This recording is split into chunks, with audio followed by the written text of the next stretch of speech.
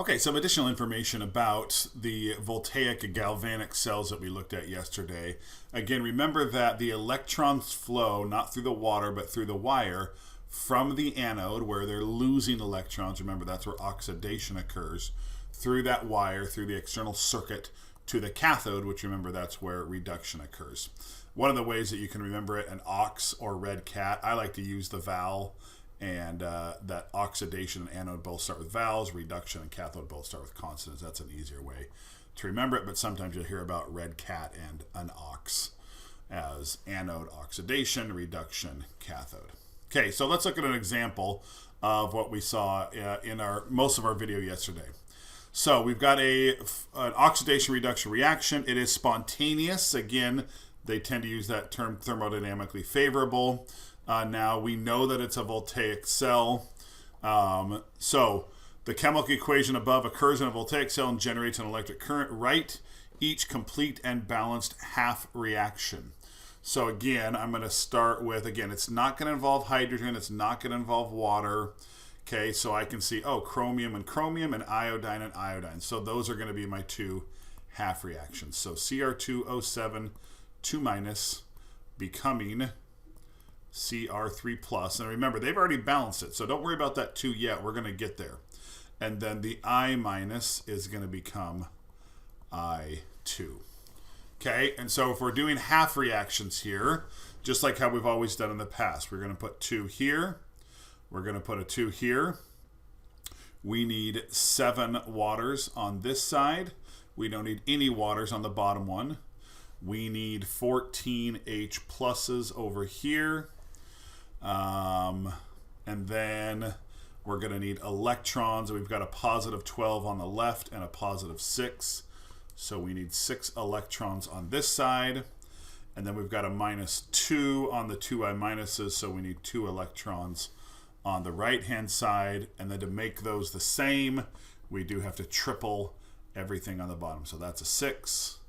That's a 3, and that is a 6. Okay, and again, what that tells us is it tells us that 6 electrons are being transferred in this reaction. So indicate the reaction occurring at the anode and which one's occurring at the cathode. So remember, anode oxidation. Oxidation is losing electrons, okay? Which one is occurring at the anode? That one.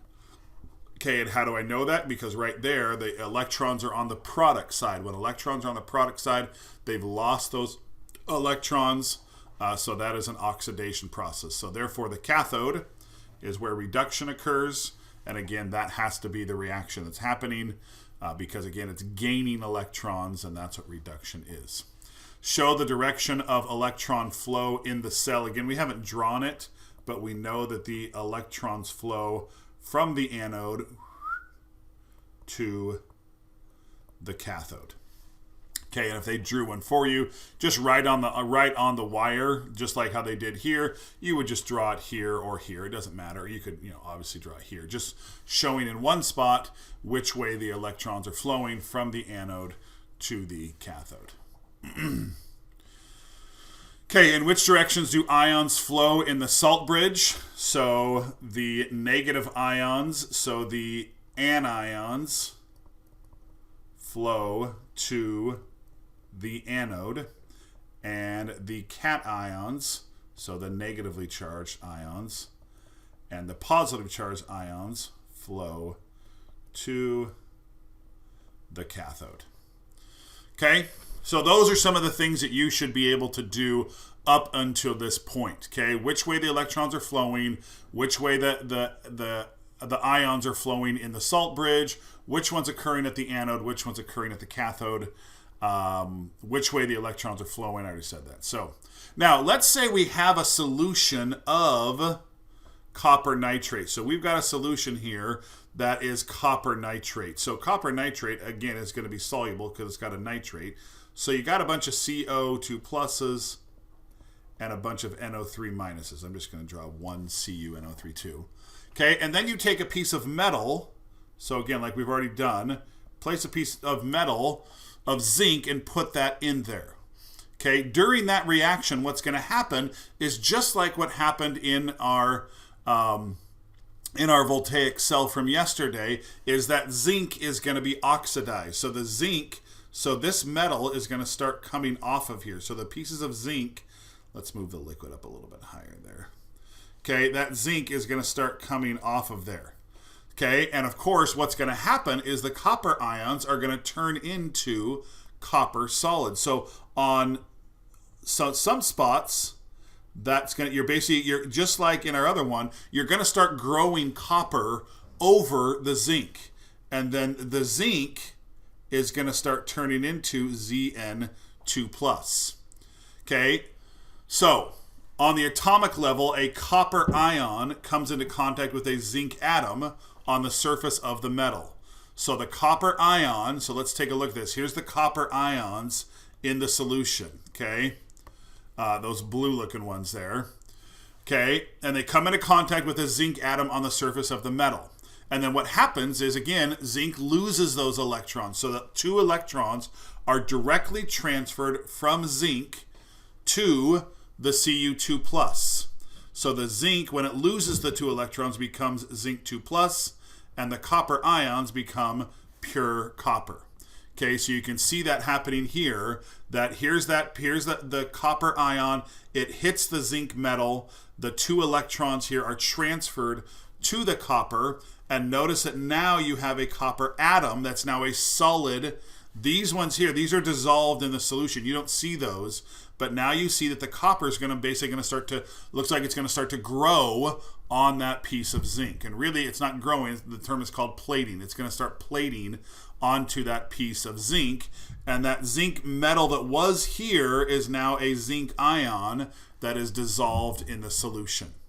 Okay, so we could say that the copper is being plated onto the remaining zinc metal. So here you can see the same thing happening, but they're in 2 separate compartments. Okay, you've still got the zinc that's losing an electron, or 2 electrons in this case. The electrons are flowing from the zinc over to the copper, and then the copper ions here are now going to basically hit the copper electrode, and as they do, they're going to gain those 2 electrons, and it's going to become a copper, a solid piece of copper. Okay, so you're basically going to start plating. In this example, you're going to plate copper on top of more copper that's already there. Okay, so here's an example. This is actually from a recent test. Okay, in the redox reaction, nickel and silver nitrate, it becomes silver and then nickel nitrate. So nickel's going from 0 to +2, and silver's going from +1 to 0. Okay, so the silver's being reduced. It's the oxidation number is reducing, right? That's how I did that in my head real quick. Okay, and the nickel's being oxidized. It says the mass of the solid nickel decreases significantly as it sits in that solution. So again, let's say forget the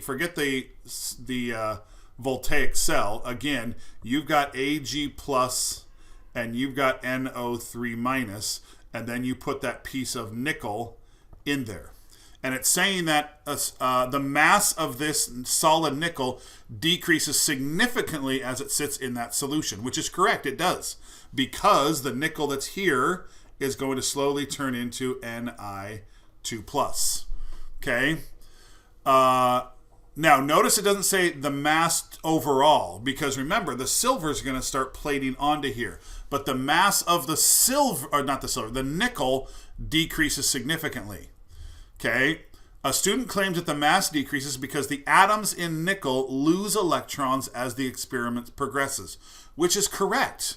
Okay, not that whole sentence, but the atoms in nickel do lose electrons as the experiment progresses.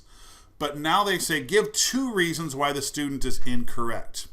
Okay, to me the easy one is, well, it's because the nickel that was solid is now becoming Ni2+. That's the reason that it's losing mass. It's losing mass because the Ni solid is becoming Ni2+ aqueous. Okay, this is a solid. This is dissolved in the water. So of course, to me, that's the easy one. That's one reason why that student is incorrect. It's not because they're losing electrons. It's because the solid nickel is turning into aqueous nickel. and that is certainly going to decrease the mass of that electrode. Okay, the second one, a little bit trickier. It has to do with this right here.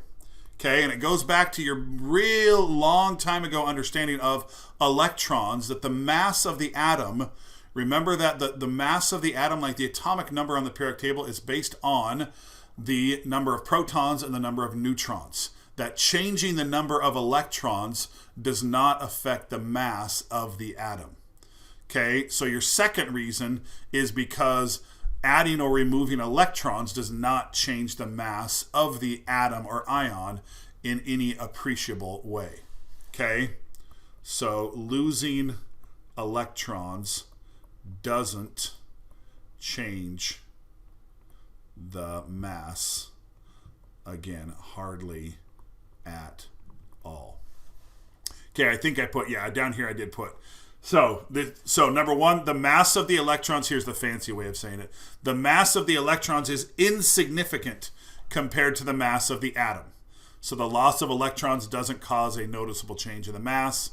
And then the more obvious reason, the mass of nickel decreases because the Ni converts to Ni2 plus ions that again are moving into the solution, decreasing the mass. Okay, and I can see the first one, definitely you better get that. The second one does take a little bit more thinking as, okay, well, there's got to be another reason.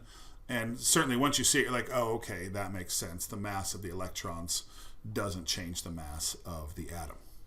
Okay, and so that is just a couple more examples dealing with voltaic cells. In our next video, we're going to talk a little bit more about, remember on that very first one that we looked at, we saw this number up here at the top, the 1.10. We're going to talk a little bit more about that, about how to calculate that, etc.